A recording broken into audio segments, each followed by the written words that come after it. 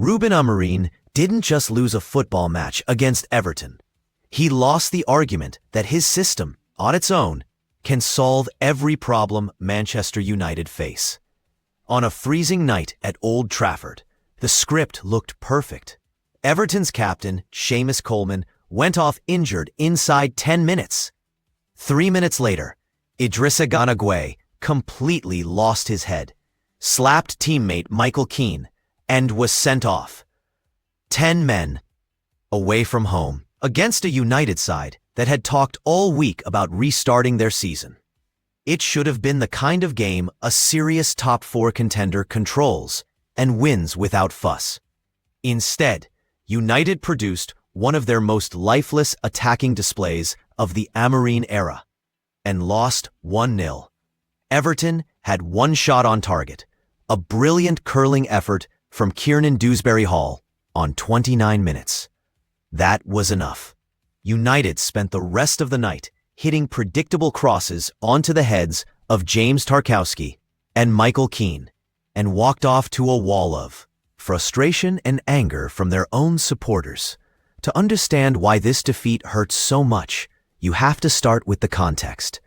This was Amorim's first home league game after the final international break before March, the gateway to a run of fixtures that looked favorable.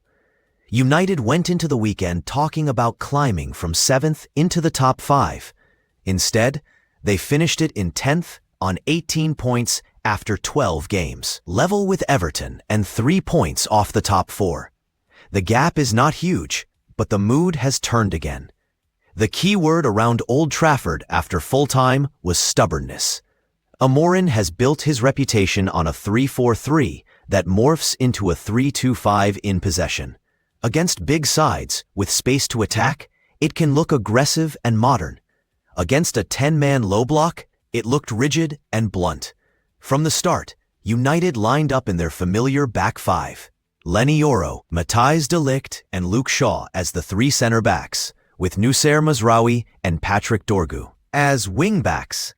Casemiro and Bruno Fernandes operated as the double pivot behind a front 3 of Bryan and mbeumo, Amad Diallo, and Joshua Zirkzee. On paper, that's plenty of talent. On the pitch, it quickly turned into a traffic jam. The red card should have been the trigger for a structural shift. With Everton dropping deeper and narrower by the minute, United needed more players between the lines, more runners into the box, and more rotations to pull Sean Dyche's side apart. Instead, Amorim kept the shape almost untouched for the rest of the first half. The result was exactly what Gary Neville and others were tearing apart on the broadcast. United's wingbacks received the ball wide, lifted their head, and saw one attacker in the box against Tarkowski and Keane, 2 defenders who live for aerial duels. Cross after cross went in. Time after time, Everton's center-backs headed clear. United had almost no second ball structure around the area to pick up the scraps. Bruno drifted, mbeumo stayed too wide, zirkzee was often isolated. It was pressure without purpose. Then came the punishment. On 29 minutes, Everton finally broke out. A hopeful ball forward was not properly dealt with, and the second phase bounced to Dewsbury, just outside the box. He checked inside, slipped away from Yoro with a sharp feint, and bent a shot of real quality into the far corner. Sen Lamens stretched, but never got near it. One moment of quality from the visitors. One moment of slackness from United, and the whole game flipped. From there until halftime, the body language told its own story. Amorim raged on the touchline, waving his arms, demanding more pace. On the pitch, his players looked caught between instructions. Casemiro and Bruno took too many touches, slowing what had to be a high-tempo possession game.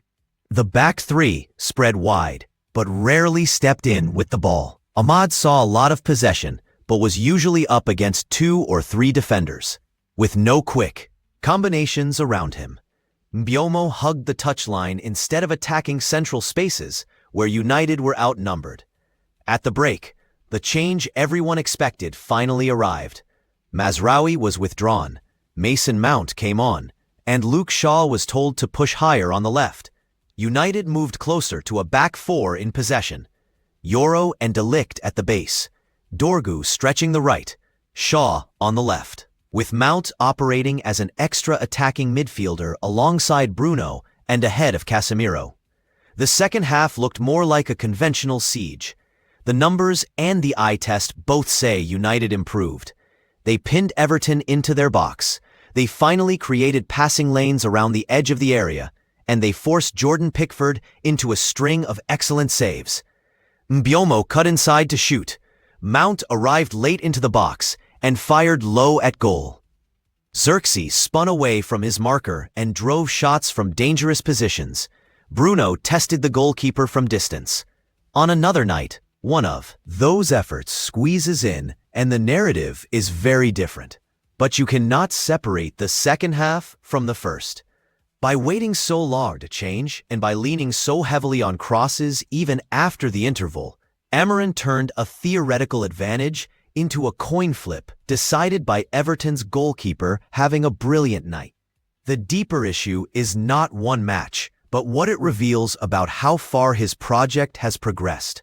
At Sporting, Amorim's systems were praised for their flexibility within the structure.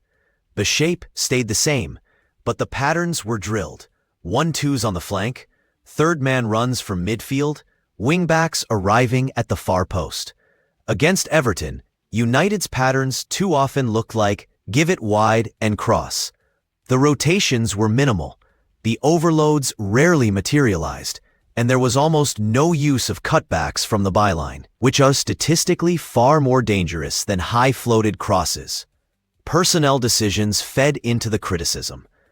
With no classic penalty box striker on the pitch for long stretches, United flooded the area with defenders who wanted to attack aerial balls. Zirkzee is a clever link player, not an old-school target man. Mbeumo is a second forward who thrives on cutbacks and low crosses, not high ones. Ahmad is more of a technician than a finisher. Yet United's main route to goal kept sending the ball towards Tarkowski and Keane, rather than trying to drag them out of position. Supporters picked up on it quickly. Social media was full of variations on the same themes. Why keep hitting high balls at Zirkzee against those center-backs? Why wait so long to change shape when the red card had changed the game state after 13 minutes? Why does this team look more comfortable in chaotic transitions than in controlled siege situations at home? There is also a psychological angle. United under Amorim have often seemed at their best when they are underdogs, when the crowd is fearful, and when they can play a punchy game, counter-attacking style. Against a 10-man Everton, they had to play like favorites. Calm, ruthless, in control of tempo. Instead, they looked like a team unsure of how to carry that weight. That matters in the bigger picture. Manchester United will always face low blocks at Old Trafford. Mid-table and bottom-half teams will always try to sit deep, slow the game down, and rely on moments. A coach who cannot reliably win those fixtures will always feel pressure, no matter how good the game model looks on paper or how impressive the results are against the top sides. This is not a call to rip everything up. Amorim has stabilized parts of this team, improved players like De Ligt and Lamens, and given United a clearer identity out of possession. One bad night does not erase that, but it does highlight the next step, building a true Plan B inside the existing Plan A. That means being willing to move away from a back five earlier, to add an extra attacker between the lines to train.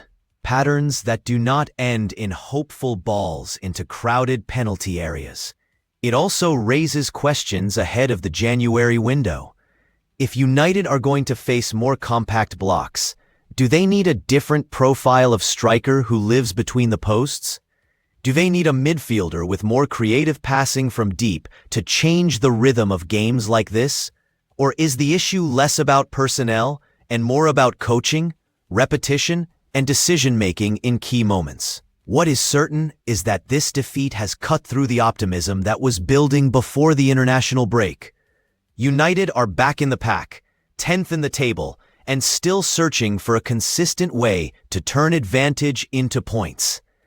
The players will take their share of blame for poor execution, bad finishing, and lapses at the back. But on a night when the red card handed him every possible advantage, it is Ruben Amorim's tactical stubbornness that sits at the heart of the post-mortem. The question now is whether he treats this as an unlucky off night or as the moment he has to evolve, not away from his principles, but away from the idea that one structure can work no matter what the game throws at it. Because as Everton proved at Old Trafford, if Manchester United keep meeting every new problem with the same old answers, there will be more nights when 10 men, 1 shot, and 1 brilliant goalkeeper are enough to send them back into the cold.